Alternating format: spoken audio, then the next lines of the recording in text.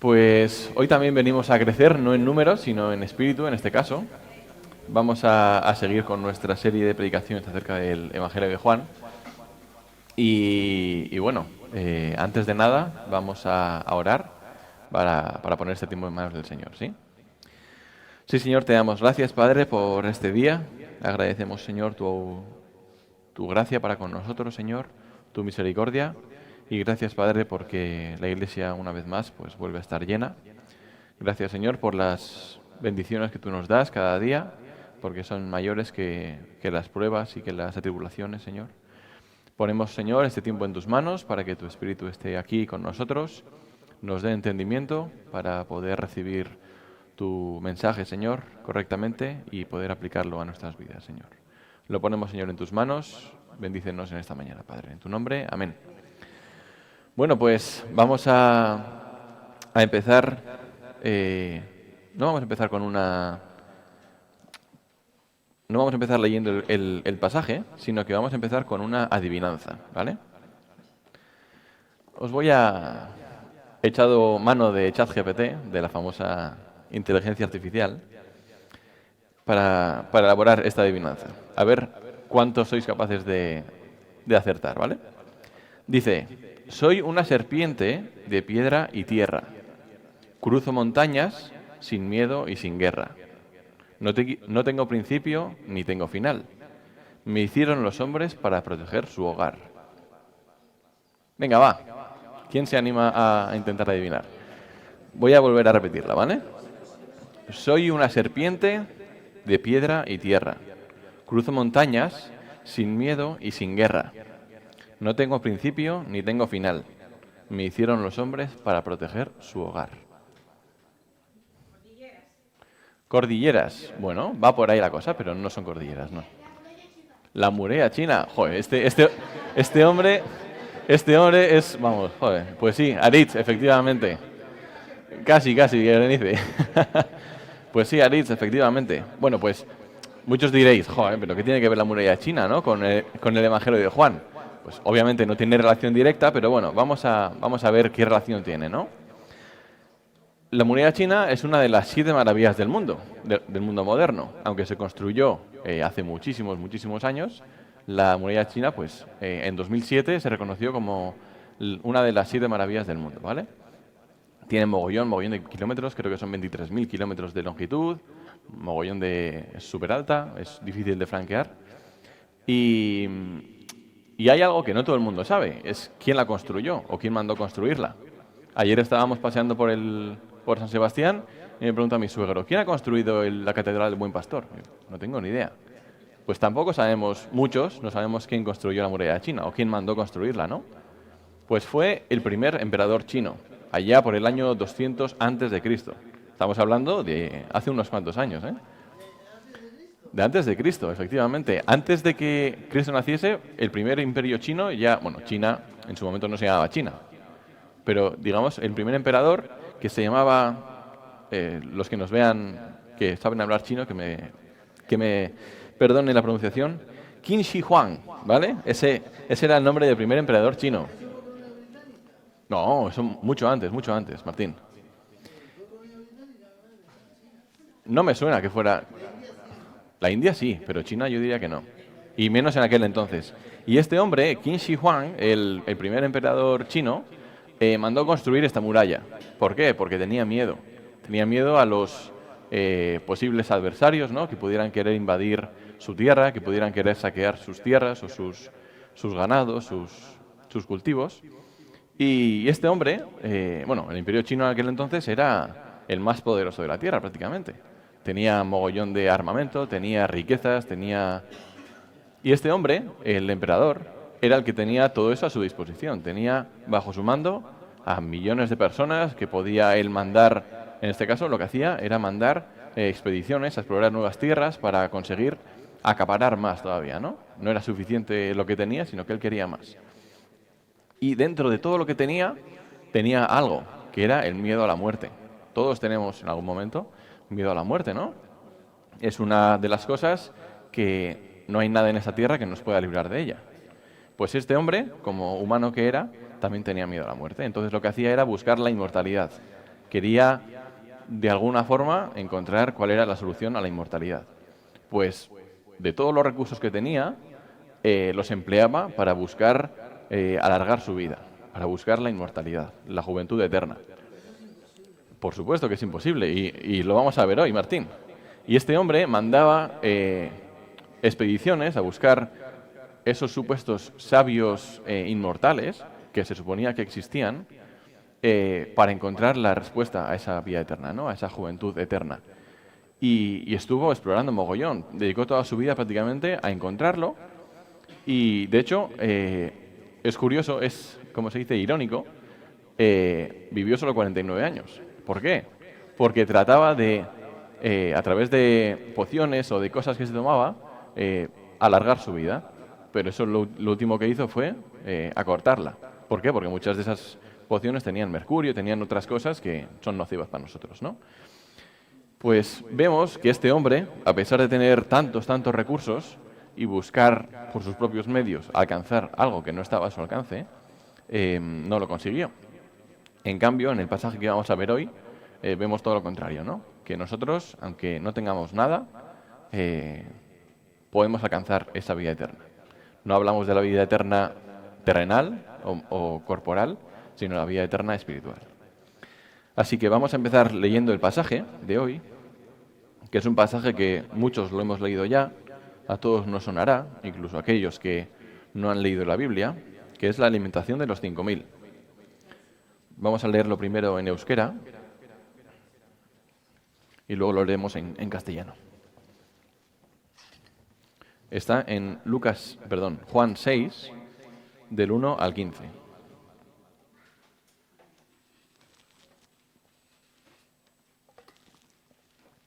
Evangelio de Juan, capítulo 6, los versículos del 1 al 15.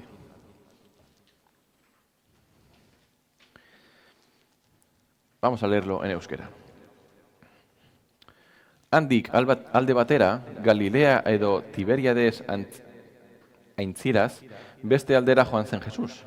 Eta jendetza handia zioakion atzetik, gaixoak sendatuz egiten zituen mirarizko seinaleak ikusten baitzituzten.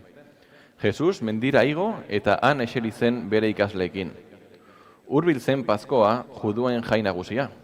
Jesusek jende asko zetorkiola ikusirik esan zion Feliperi. Non erosiko genuke ogia hauei jaten emateko? Zirikatzeko esan zion hori. Ongi baitzekien berak zer egin behar zuen. Felipek erantzun zion. 200 denarioren ogia ez litzateke nahikoa bakoitzak puska bat izateko. Haren ikasletako batek, Simon Pedroaren anaia, Andresek, esan zion. Bada hemen 5 garagar ogi eta 2 arrain txiki dituen mutiko bat. Baina zer da hori honen besteentzat? Jesusek jendea eserarazteko agindu zien ikaslei. Belar asko zegoen leku hartan eta eseri egin ziren denak. 5.000 bat gizonezko ziren. Jesusek ogia hartu eta esker honeko otoitza egin ondoren banatu egin zituen eserita zeudenen artean. Berdin arrainak ere, nahi adina. Eta ase zirenean esan zien Jesusek ikaslei. Bil itzazue ondarrak ezer gal ez dadin. Bildu zituzten ba eta 5 garagar ogietako jan zituenei gelditu zitzaikien ondarrez 12 saski bete zituzten. Jendeak orduan Jesusen mirarizko seinale ura ikusirik honela zioen. Hauxe da egiaz mundura etortzekoa zen profeta. Jesusek ordea errege egiteko indarrez eraman naiz zutela ikusirik mendira alde egin zuen berriro berak bakarrik. Amén. Vamos a leerlo ahora en castellano para que nos quede más claro lo que dice la palabra. Después de esto, Jesús fue al otro lado del mar de Galilea, el de Tiberias, y le seguía gran multitud, porque veían las señales que hacían en los enfermos. Entonces subió Jesús a un monte y se sentó allí con sus discípulos. Y estaba cerca la Pascua, la fiesta de los judíos. Cuando alzó Jesús los ojos y vio que había venido a él gran multitud, dijo a Felipe, ¿de dónde compraremos pan para que coman estos? Pero esto decía para probarle, porque él sabía lo que había de hacer. Felipe le respondió, 200 denarios de pan no bastarían para que cada uno de ellos tomase un poco. Uno de sus discípulos, Andrés, hermano de Simón Pedro, le dijo, aquí está un muchacho que tiene 5 panes de cebada y 2 pececillos. ¿Mas qué es esto para tantos? Entonces Jesús dijo, haced recostar a la gente. Y había mucha hierba en aquel lugar, y se recostaron como en número de 5000 varones. Y tomó Jesús aquellos panes, y habiendo dado gracias, los repartió entre los discípulos, y los discípulos entre los que estaban recostados. Asimismo de los peces, cuanto querían. Y cuantos se hubieron saciado, dijo a sus discípulos, recoged los pedazos que sobraron, para que no se pierda nada. Recogieron pues, y llenaron 12 cestas de pedazos, que de los 5 panes de cebada sobraron a los que habían comido. Aquellos hombres, entonces, viendo la señal que Jesús había hecho, dijeron, este verdaderamente es el profeta que había de venir al mundo. Pero entendiendo Jesús que iban a venir para apoderarse de él y hacerle rey, volvió a retirarse al monte él solo. Vemos aquí uno de los milagros, yo creo que más famosos de Jesús, ¿no? Uno que todo el mundo posiblemente conozca. El título de la aplicación de hoy, tranquilos, hay pan para todos, ¿vale? Aunque en este pasaje simplemente hay 5 panecillos, no tenemos que alarmarnos porque podemos estar tranquilos de que hay pan para todos, ¿sí? Bueno, pues habiendo leído ya el pasaje, vemos que los primeros versículos, los primeros 4 versículos, del 1 al 4, es un contexto histórico que hace, ¿no? El autor, el evangelista Juan, cuando hace menciona todos estos eventos históricos y geográficos, la única intención es pues darle veracidad al texto, ¿no? Porque todos entendemos que la palabra, la Biblia, es un libro muy rico, es el libro más rico que tenemos a nuestra disposición, más allá de los que podamos ver en las librerías y tal. La Biblia es un libro el más rico de todos. Como dice muchos hermanos, es un libro no solamente que tú lo lees, sino que te lee a ti, porque es capaz de hacerte reflexionar, hacerte aprender y tal, ¿no? Y una de las cosas que tiene la palabra es que tiene una gran variedad de tipos de textos. Tiene textos históricos, tiene textos poéticos, tiene textos parabólicos, metafóricos, proféticos. Y en este caso estamos viendo unos versículos de texto histórico, en este caso geográfico histórico.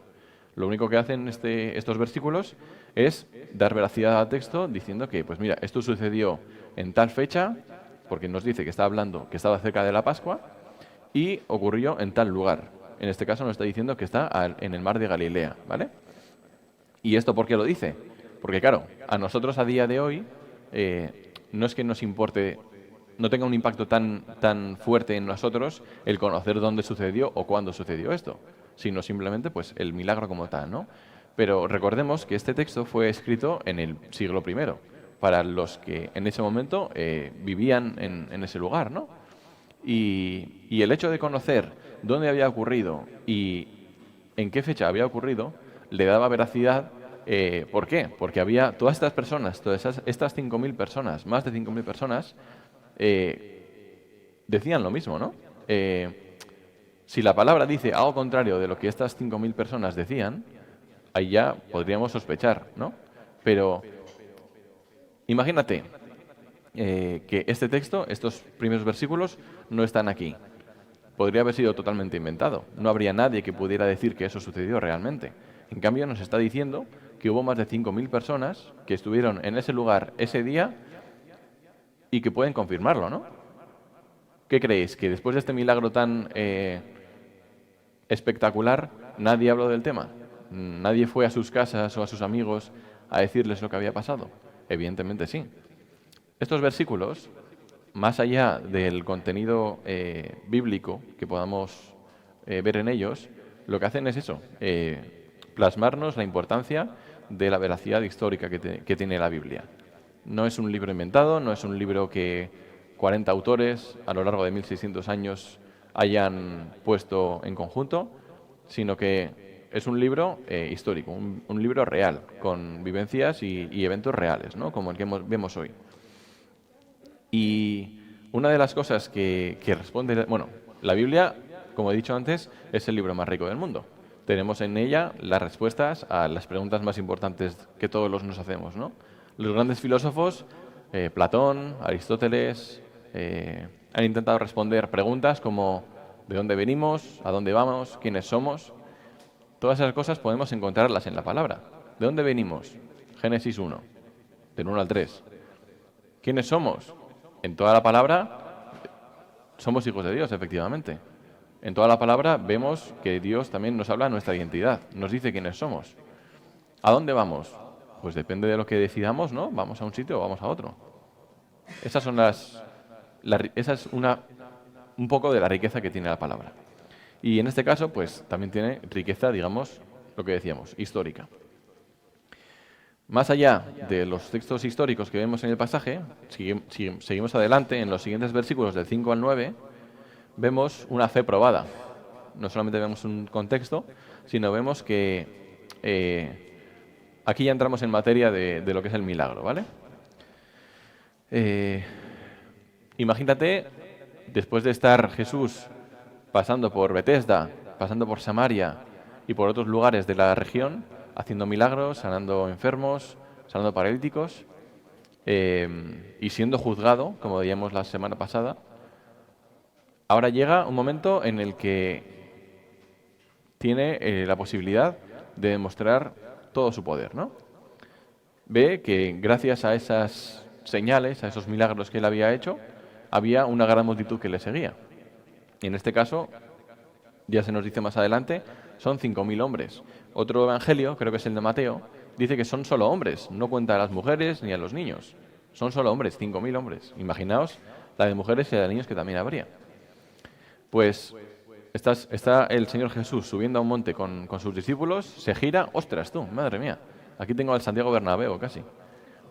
Tiene ahí mogollón de personas detrás de él, siguiéndole, y claro, vamos a ir al Evangelio de Mateo, a este mismo pasaje, en Mateo 14. Ya sabemos que los evangelios, desde distintos puntos de vista, relatan los mismos sucesos, ¿no? Y podemos apoyarnos en otros evangelios para ver qué otra riqueza textual podemos encontrar. Vamos a Mateo 14, los versículos del 13 al 21. Obviamente no vamos a leerlos todos, pero sí que dice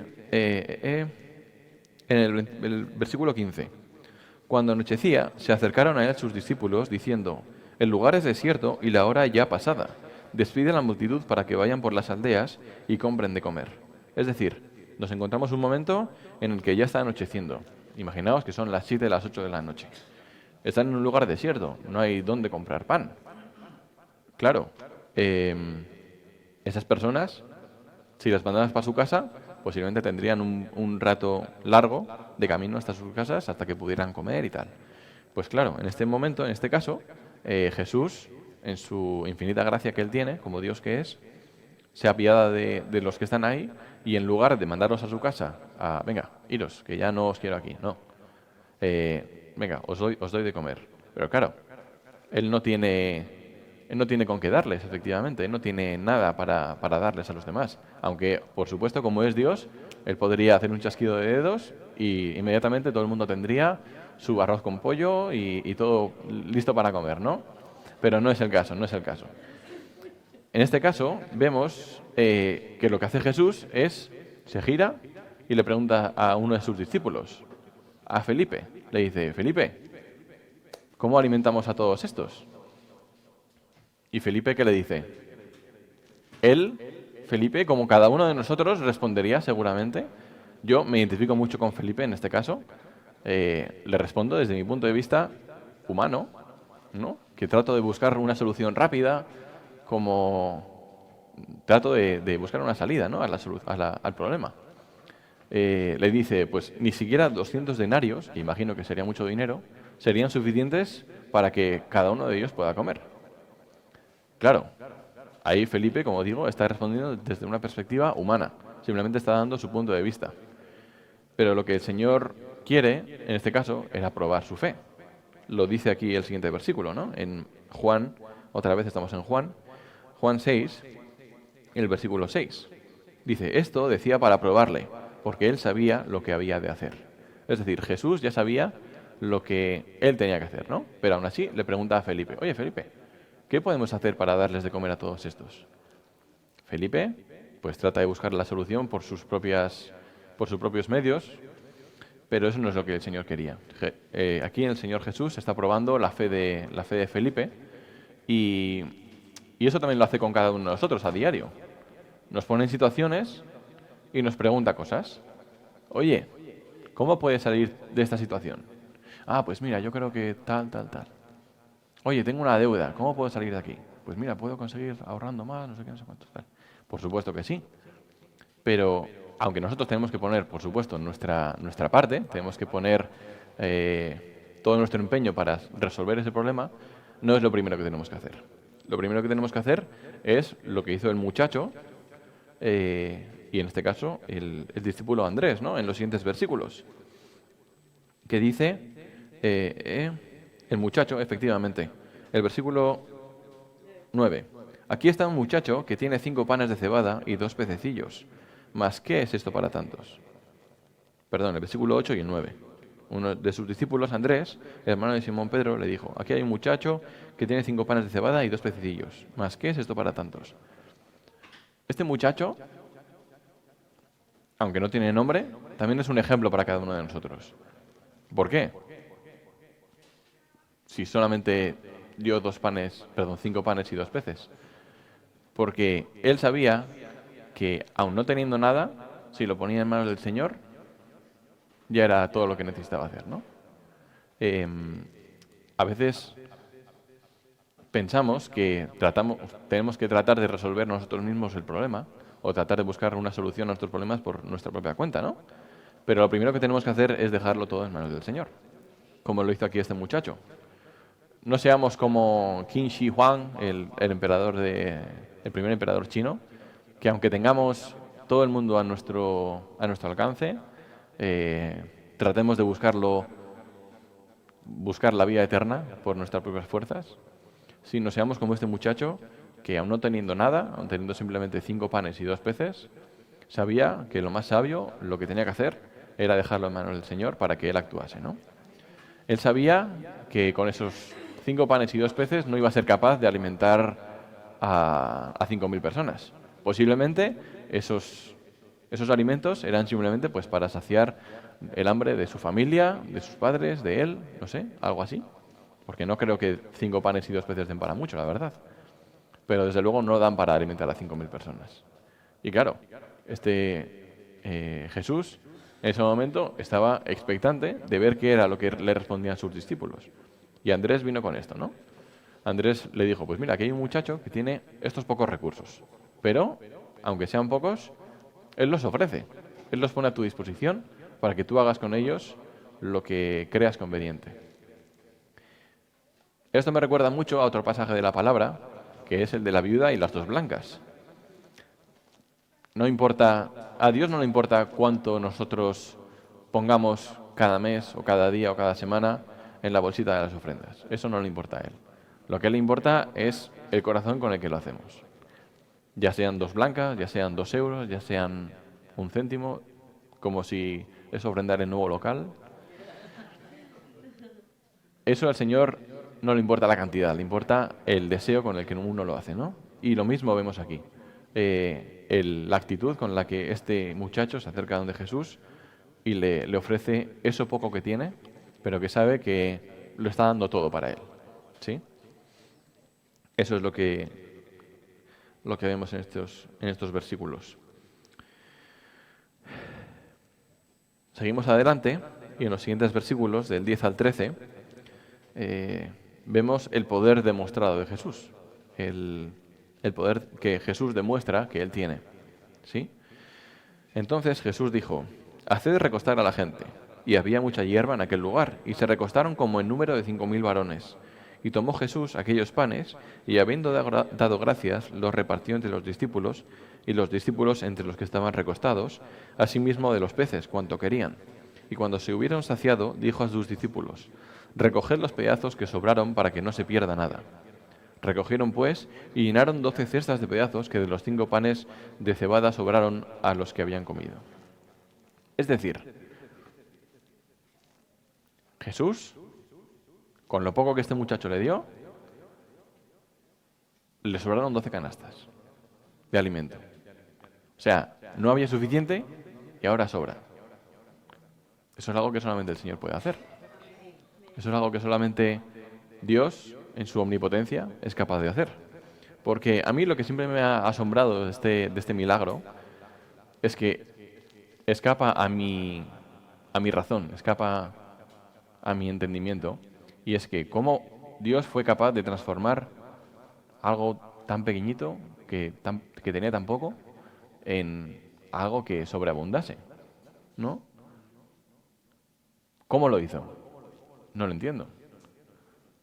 ¿Qué hacía así? Y venga, más. Se daba la vuelta y venga, tenía la siguiente ración para el siguiente. No lo sé, pero es que no es importante saberlo, sino simplemente confiar en que Dios lo hizo, ¿no? Y a mí es que realmente este milagro es uno de los que más me sorprenden, uno de los que más me asombran. Cuando estudiamos este pasaje, cuando nos ponemos a mirar cualquiera de los pasajes de la palabra, vemos que tiene una increíble riqueza. Y este no se queda lejos de la realidad. Este pasaje, por supuesto, es muy esclarecedor. Nos ayuda a entender muy bien qué es lo que Dios quiere para nuestras vidas. Y esto mismo que Jesús hizo con los panes y los peces, lo hace cada día con la gracia. Nosotros no somos nada, no tenemos nada, todo lo que tenemos le pertenece a Él, y aún así Él nos da gracia sobreabundante. Lo único que quiere es que nosotros, como este muchacho, nos acerquemos a Él y le demos todo lo que tenemos. No hablamos vuelvo a decir, no hablamos de tema material, de tema económico, sino sobre todo nuestra vida.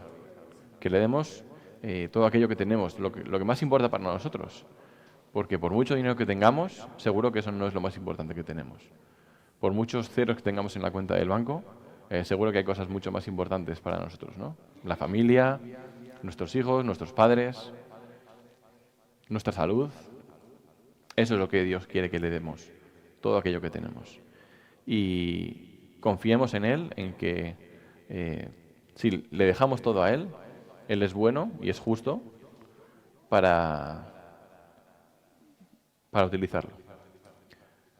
No tenemos que hacerlo con el objetivo de que Él nos bendiga a cambio de lo que le damos, por supuesto que no, porque ese es un error que a veces podemos cometer.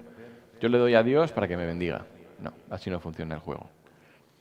Dios me bendice y como estoy agradecido con Él, yo le doy. Y soy consciente de que todo lo que tengo, Él me lo ha dado.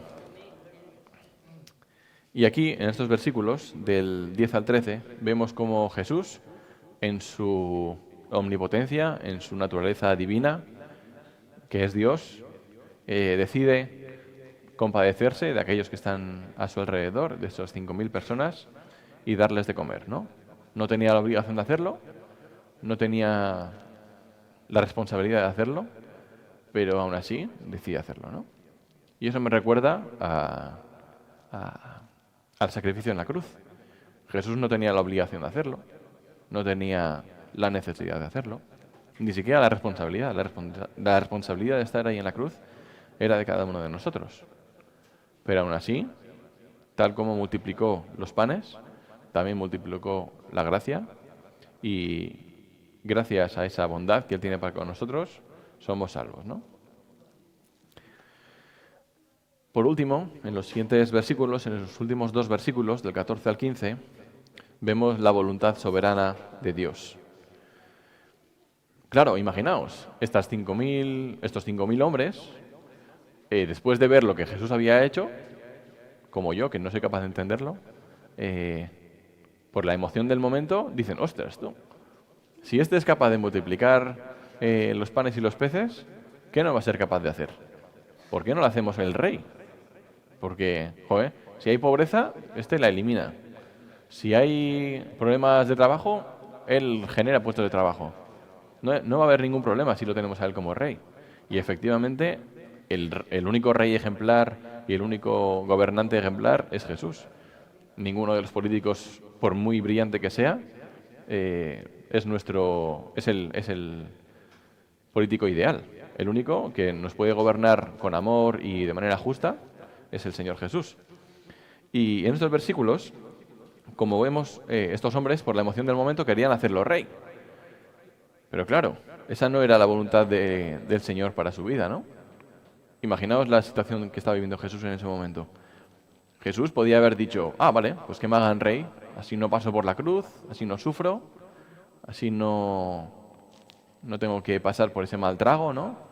Además, soy Dios, puedo hacer lo que quiera y, bueno, que estos se busquen otra manera de ser salvos, ¿no? De salvarse. Pero Dios es justo, Dios es amoroso y como el Dios justo que es, Él sabía que había alguien que tenía que pagar el precio. Y no quería que nosotros fuéramos quienes pagáramos el precio. No quería que fuéramos nosotros los que pasamos por el mal trago de pagar por nuestros pecados, sino que Él decidió hacerlo. Y por gracia, todo por gracia. Y estos versículos reflejan muy bien dos cosas, ¿no? Por un lado, la humildad de Jesús, como acabamos de ver. Él no buscaba ser rey, él no buscaba tener un trono aquí en la tierra, él no buscaba riquezas, él no buscaba reconocimiento, sino que buscaba hacer la voluntad del Padre. Y la otra cosa que vemos es su obediencia. Como he dicho, él podía haber dicho fácilmente, pues que me hagan rey y no paso por el mal trago de la cruz, ¿no? Pero él sabía que su propósito aquí en la tierra no era ese. Su propósito aquí en la tierra era pasar por la cruz. ¿Para qué? Para librarnos de nuestros pecados. Si él no hubiera hecho eso, no hubiéramos conseguido alcanzar la vida eterna que tenemos hoy en día. Aquellos que le hemos reconocido como nuestro Señor y Salvador, por supuesto. Y es que la gracia del Señor, al igual que el pan en este milagro, es sobreabundante. Nosotros tenemos que acercarnos a Él, a decirle, Señor, lo dejo todo en tus manos. Señor, te entrego todo lo que soy, todo lo que tengo. Haz tú con ello y con mi vida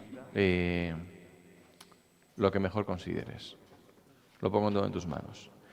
Y al contrario que el caso de este emperador chino, quiero poner un ejemplo.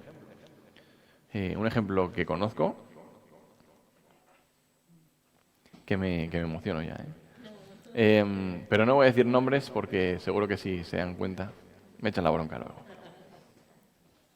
Voy a tomar agua. Como dice Borja, agua, agua.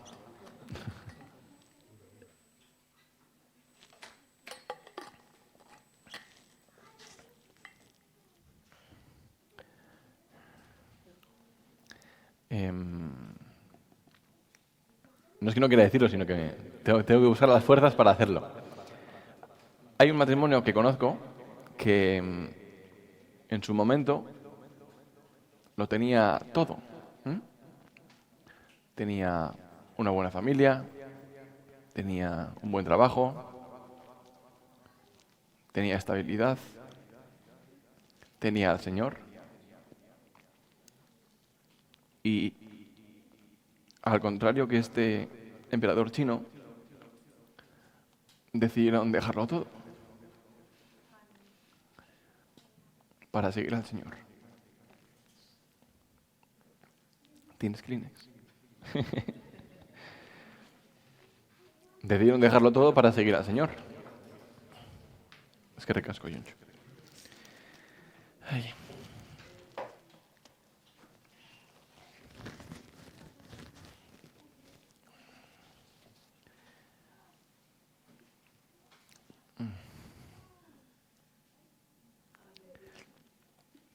Y lo hicieron porque sabían que estaban siendo obedientes al Señor.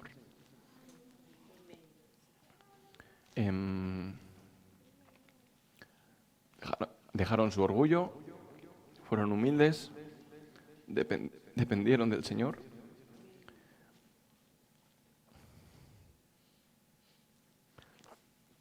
Y aunque sus padres les dijeran que estaban locos,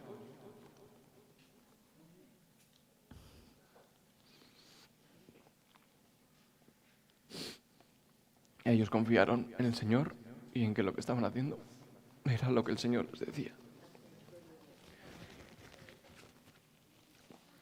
A día de hoy, por supuesto, no se arrepienten y el Señor les ha bendecido de gran manera.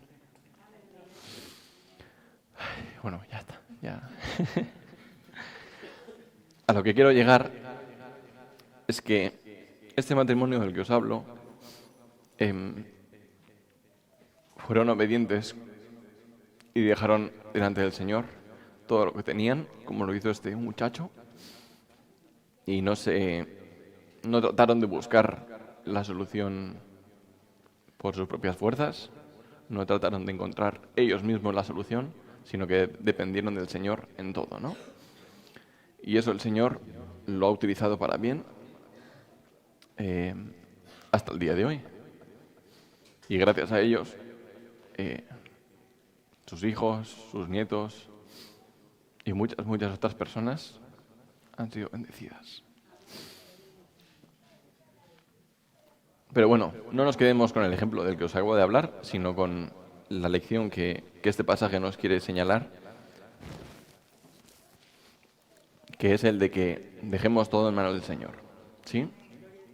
Que todo aquello que tenemos, todo aquello que somos, no solo lo que tenemos, sino lo que somos, nuestra identidad, nuestro carácter, nuestros deseos, toda nuestra vida, lo dejemos delante del Señor y Él obrará. Vamos a orar para concluir ya. Sí, Señor, te damos gracias, Padre, por tu amor, te damos gracias porque tu gracia sobreabundante, Señor, está con nosotros cada día. Gracias, Señor, porque tú eres fiel, eres amoroso y sabemos que, Señor, las promesas que encontramos en la palabra siguen siendo vigentes a día de hoy y siguen siendo aplicables a nuestras vidas, Señor. Ponemos, Señor, en tus manos nuestras vidas para que tú hagas con nosotros lo que está en tu voluntad, Señor. No permitas que nuestro orgullo, que nuestro egoísmo se interponga, Señor, entre tu voluntad para nuestras vidas y lo que tú quieres que alcancemos, Señor. Solo tú sabes, Padre, quiénes hemos sido llamados a ser. Y te pedimos, Padre, que nos ayudes a trabajar en nuestro carácter, en nuestra identidad, Señor, para que todo lo que hagamos, Padre, sea siempre para darte a ti la gloria, la honra, y que, Señor, lo rindamos todo a ti, Padre. Como este muchacho ejemplar, Señor, aun siendo joven, aun siendo un niño, Señor, lo dejó todo delante de ti, y gracias a ello, él y todos los que estaban con él fueron bendecidos, Padre. Gracias, Señor, gracias por tu amor y una vez más por tu sobreabundante gracia, porque al igual que multiplicaste el pan aquel día, Señor, haciendo aquel milagro, también multiplicas a diario, Señor, la gracia y nos la da, Señor, y sobreabunda. Donde sobreabundó el pecado, Señor, sobreabundó la gracia. Gracias, Padre, por tu amor y gracias por tu palabra, Señor. Bendícenos, Señor, y guárdanos. En tu nombre. Amén.